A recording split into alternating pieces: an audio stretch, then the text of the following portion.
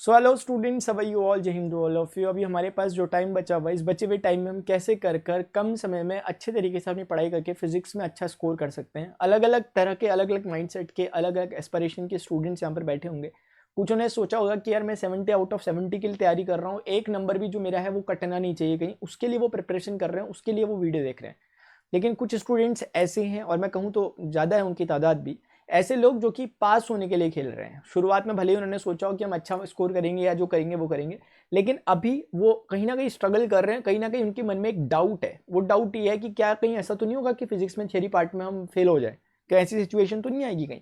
ऐसा मन में ख्याल उठ रहा है। उनके साथ मैं डिस्कशन करने जा रहा हूँ। देखो, कुछ चीज़ें होती हैं जो नर्वसनेस होती है, थोड़ी बहुत एंजाइटी होती है, थोड़ी बहुत, बहुत ज़्यादा नहीं, थोड़ा बहुत स्ट्रेस होता है, वो थोड़ा सा ऑब्वियस है, वो थोड़ा सा नॉर्मल है। अगर आपको हो रहा है, आपको थोड़ा लग रहा है कि एग्जाम आने वाले, कि एक्साइटमेंट के साथ साथ थोड़ा थोड़ा डर लग रहा है, तो यार देखो, डर हर किसी को लगता है। कर्ण ने कहा था अपने महाभारत के युद्ध के दौरान कि यार वो योद्धा काठ के होते हैं जिन्हें डर नहीं लगता, यानी लकड़ी के बने होते हैं, यानी कि निर्जीव होते हैं। यानी अगर जिसमें जीवन है, जो सजीव है, उसको डर तो लगता है, लेकिन सवाल यह कि वो डर के सामने वो किस तरह से अपनी मनोस्थिति को बदलता है, या मनोस्थिति उसकी किस तरह की होती है, यानी किस तरह से उसका मेंटल स्टेट उस समय काम करता है, ये मायने रखता है। वो डर के सामने हथियार छोड़ देता है या डर का सामना करता है, ये बातें होती है। बस हमें यही समझना है कि हम ये कैसे करके हम इस बचे हुए टाइम में तैयारी को करें।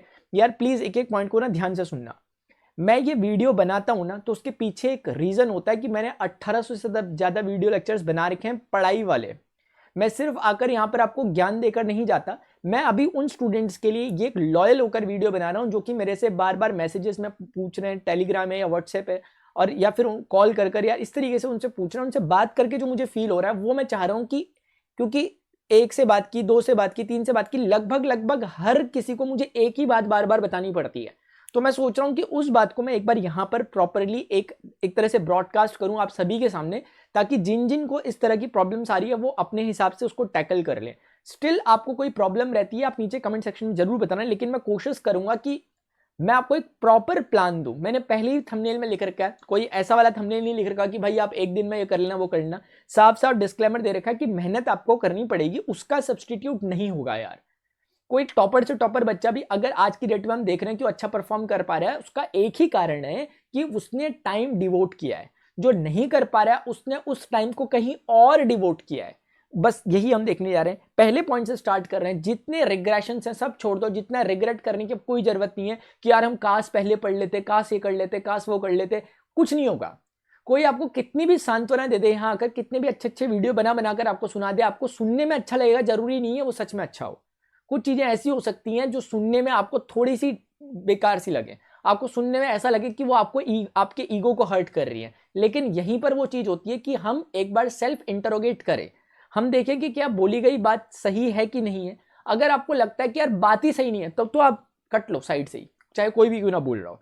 लेकिन अगर आपको लग रहा है कि बात सही है, लेकिन भले ही मैंने नहीं करी लेकिन बात सही है और ऐसा होना चाहिए, अगर मैंने नहीं किया तो अब मैं करूंगा, तो मेरे ख्याल से वो चीजें सही होंगी। हम स्टार्ट कर रहे हैं। सबसे पहले परफेक्ट स्ट्रेटेजी में आपको बता रहा हूँ, स्टडी प्लान बता रहा हूँ आने वाले फिजिक्स के एग्जामिनेशन के लिए आपको क्या करना है।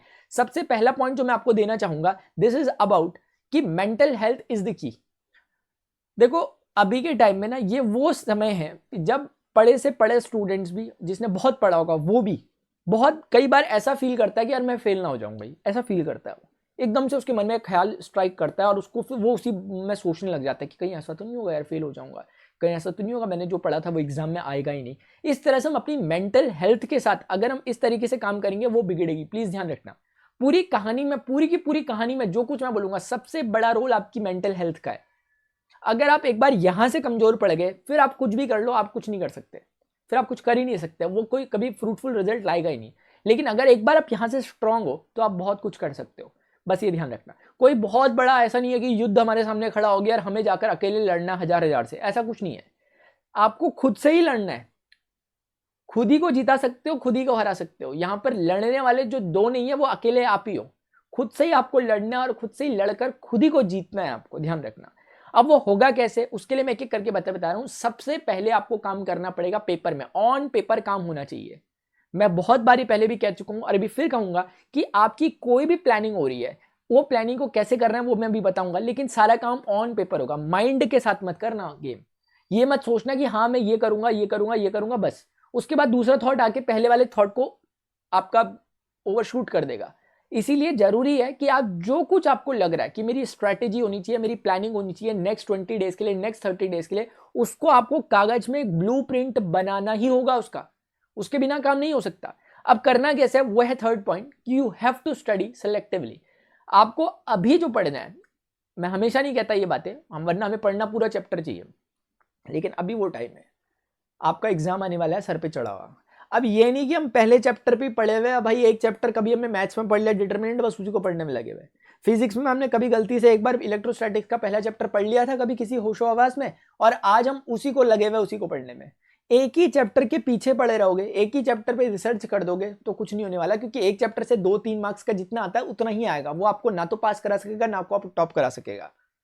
इसीलिए जरूरी है कि हमें एक बारी में जो सबसे बेटर, जो अभी मैं कहूं सबसे बेस्ट चीज है, वो तो यह है कि एक बारी में पूरा सिलेबस को ओवरव्यू ले लो उसका।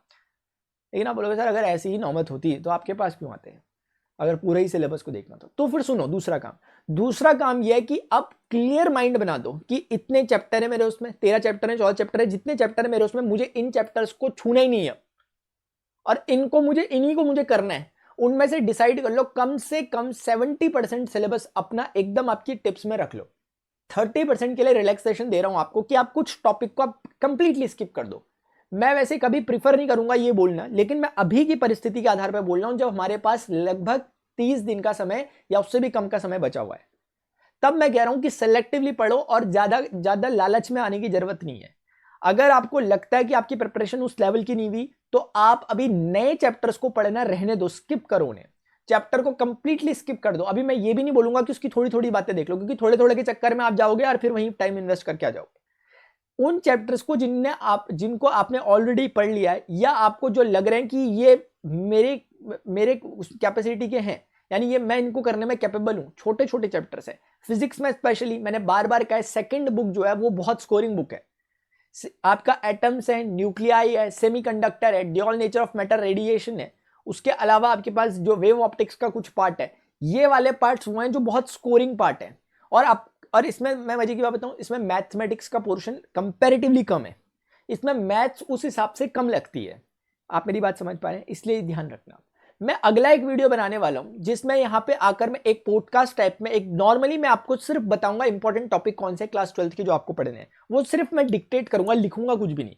तो आप उन टॉपिक को देख लेना कि हाँ आपका ये टॉपिक कवर है कि नहीं है। ऐसा मैं नेक्स्ट वीडियो में करूंगा। अगर आपको लगता है कि करना चाहिए तो बता देना मुझे कमेंट सेक्शन में, ठीक है, ताकि मैं चैप्टर 1 से लेकर चैप्टर जो लास्ट है आपका वहां तक मैं एक बार बता दूं कि इंपॉर्टेंट टॉपिक है, ये देख लेना, तो आपको एक बार नजरों में आ जाएगा। नेक्स्ट पॉइंट है मेक रेलेवेंट और इंपॉर्टेंट टॉपिक्स के रेलेवेंट टॉपिक्स आपको सेलेक्ट करने हैं। जो भी चैप्टर आपने चूज किया, आप ऐसा होता है ना कि कुछ चैप्टर में कुछ ऐसी चीजें होती है जो कॉम्प्लिकेटेड होती है, अब उसके चक्कर में आप पूरे चैप्टर की इजी चीजों को भी छोड़ दोगे तो बेकार रहेगा। वन शॉट्स बनाए क्यों गए हैं मेरे द्वारा, वो बनाए ही इसलिए गए हैं क्योंकि अगर आप अभी पढ़ने जाओगे एक चैप्टर को तो 10 लेक्चर देखने पड़ेंगे, और 10 लेक्चर में आप पहले दूसरे लेक्चर तक ही पढ़ पाओगे, आगे नहीं पढ़ पाओगे।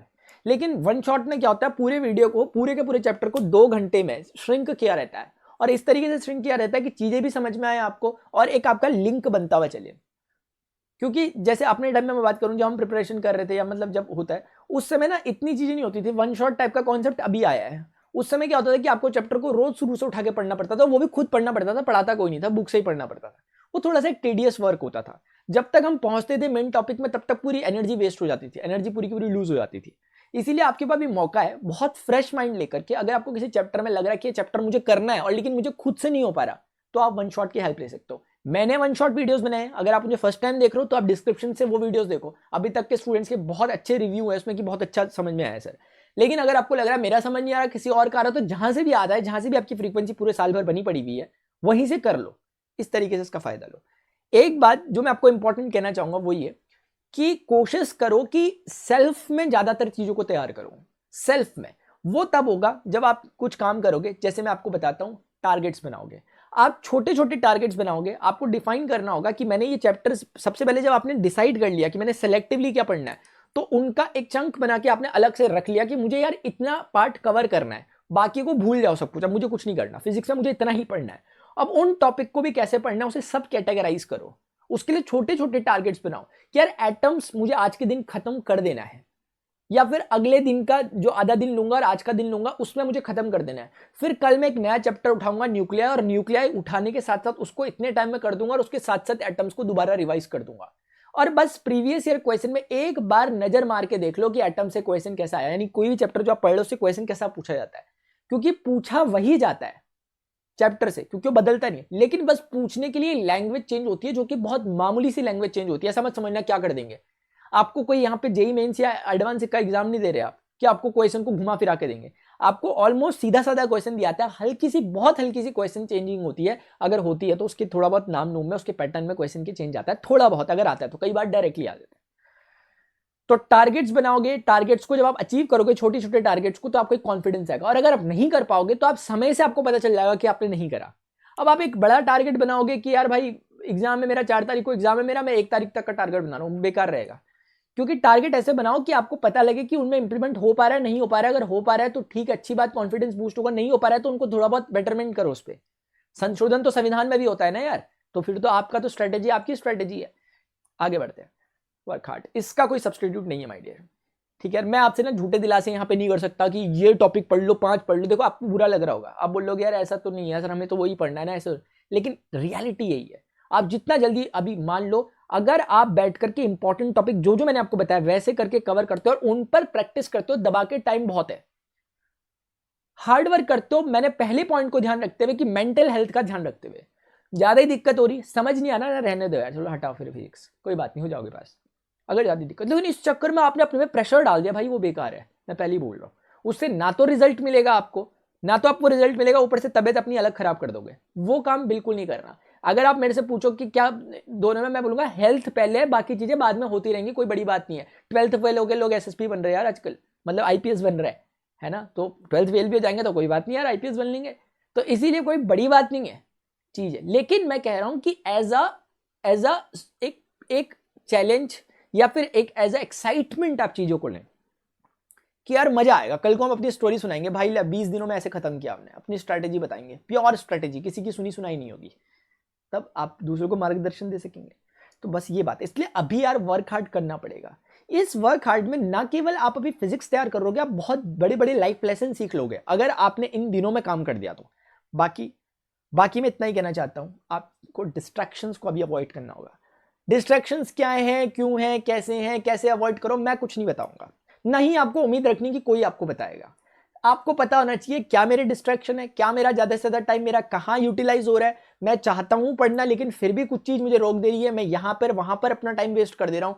उन चीजों से एकदम बिल्कुल अपने आप को एकदम कमांड दो, एकदम ऑर्डर दो कि नहीं भाई नहीं, अभी मुझे वो मैं बात की जो करना है वो करता रहूंगा, लेकिन अभी इस 20 से 25-30 दिनों के अंदर मुझे बहुत जबरदस्त डिसिप्लिन में रहना है, इतना हार्ड डिसिप्लिन होना चाहिए मेरा। तो बस वो आपको रहना चाहिए। एक बार अपने आप को एक बार ना आज्ञा देकर देखो, एक बार अपने आप को आप एक बार कमांड देकर देखो, आपको दिखेगा कि रिजल्ट आया है। मतलब ऐसे इंपोर्टेंट से बनकर मत रहो, यानी पंगू से बन के मत रहो, अपने आप को एक बार कमांड दो और उस कमांड पे वर्क करो। और डिस्ट्रैक्शंस को अवॉइड करने का सिंपल तरीका है कि आप अपने आप को बिजी रख लो अपनी एक्टिविटीज में, जो भी आप काम कर रहे हो। इसीलिए ये जो पॉइंट्स मैंने बताया, इनको अभी से शुरू करो बहुत फ्रेश माइंड के साथ। कोशिश करो कि अब अगर ये स्ट्रेटेजी थी तो ये लास्ट स्ट्रेटेजी होनी चाहिए आपकी। अब आप प्लीज इधर उधर मत देखना, आपको मिलते रहेंगे यार, मैं भी डालता रहूंगा, भले ही मैं भी डालता रहूंगा, मैं दोबारा कह रहा हूं मैं भी डालता रहूंगा, क्योंकि मैंने काम करते रहना आगे तक, क्योंकि कभी किस स्टूडेंट को कब समझ में आ जाए, क्योंकि ये मैंने इससे पहले भी स्ट्रेटेजीज बनाई है, लेकिन कब स्टूडेंट को कौन सी बात चमक जाए, इसलिए मैं बार बार वीडियो बना रहा हूं। लेकिन आपके लिए ये स्ट्रेटेजी वीडियो अंतिम होना चाहिए, ना तो आप किसी और का वीडियो खोल के आप क्लिक करोगे चाहे उसमें कुछ भी क्यों ना लिखा हो, ना तो आप मेरा वीडियो खोल के आप क्लिक करोगे चाहे कुछ भी लिखा हो स्ट्रैटेजी से रिलेटेड। अब आपको ध्यान रखना ये आपकी आखिरी स्ट्रैटेजी है और आपको उस पर स्टिक करना है। कागज में प्लीज अपनी प्लानिंग कर लो, सिलेक्टिव टॉपिक्स को सिलेक्ट कर लो और एक प्लानिंग कर लो, टारगेट्स बना लो छोटे छोटे, उन टारगेट्स पर धीरे धीरे इंप्लीमेंट करना चालू करो, प्रीवियस ईयर क्वेश्चन के साथ थोड़ा सा अलाइनमेंट करो, वर्क हार्ड करो, डिस्ट्रैक्शन से दूर रहो और ultimately mental health is the key. इस पॉइंट को ध्यान रखना है और अवॉइड योर डिस्ट्रैक्शन। ये 2 पॉइंट्स पूरी कहानी में इसकी आधारशिला है। नीचे का आधार अवॉइड डिस्ट्रैक्शन और आपका टॉप में आपको ध्यान रखना है हमेशा मेंटल हेल्थ का आपको ध्यान रखना है। हो सकता है कि अभी आप इसके बाद 12th कर रहे हो, 12th के बाद आपको प्रिपरेशन करनी हो किसी कॉम्पिटिटिव एग्जामिनेशन की, एंट्रेंस एग्जाम की, नीट की, जेई की, एनडीए की, उन सब की प्रिपरेशन यहां पर होगी। सो फिर मेक श्योर कि आप इस चैनल को सब्सक्राइब कर लें अगर गलती से आप यहां पर पहुंच गए। डिस्क्रिप्शन में फिजिक्स के मैथमेटिक्स के वन शॉट है, आप चाहो तो वहां से हेल्प ले सकते हो अगर आप फर्स्ट टाइम आ रहे हो, बाकी जो है उन्हें पता है ऑलरेडी। ठीक है, बाकी इतनी सी बात आपको कहनी थी। अगर आपको सेशन इंफॉर्मेटिव लगा तो हो सके तो आप इस वीडियो पे लाइक करना, अगर पैसे वगैरह कुछ खर्च हो रहे हैं तो आपके प्लीज यार ऐसा मत करना, मत करें लाइक। ठीक है, अभी के लिए डियर स्टूडेंट्स इतना ही, मिलते हैं नेक्स्ट सेशन में। अपने जो भी प्रॉब्लम आ रही हो, जेन्युइन प्रॉब्लम होगी, मैं जरूर आपको रिप्लाई करूंगा, नीचे कमेंट सेक्शन में आप लिख सकते हैं। अभी के लिए इतना ही, मिलते हैं अपने नेक्स्ट सेशन में। Till then good bye, see you, take care, Jai Hind, bye bye.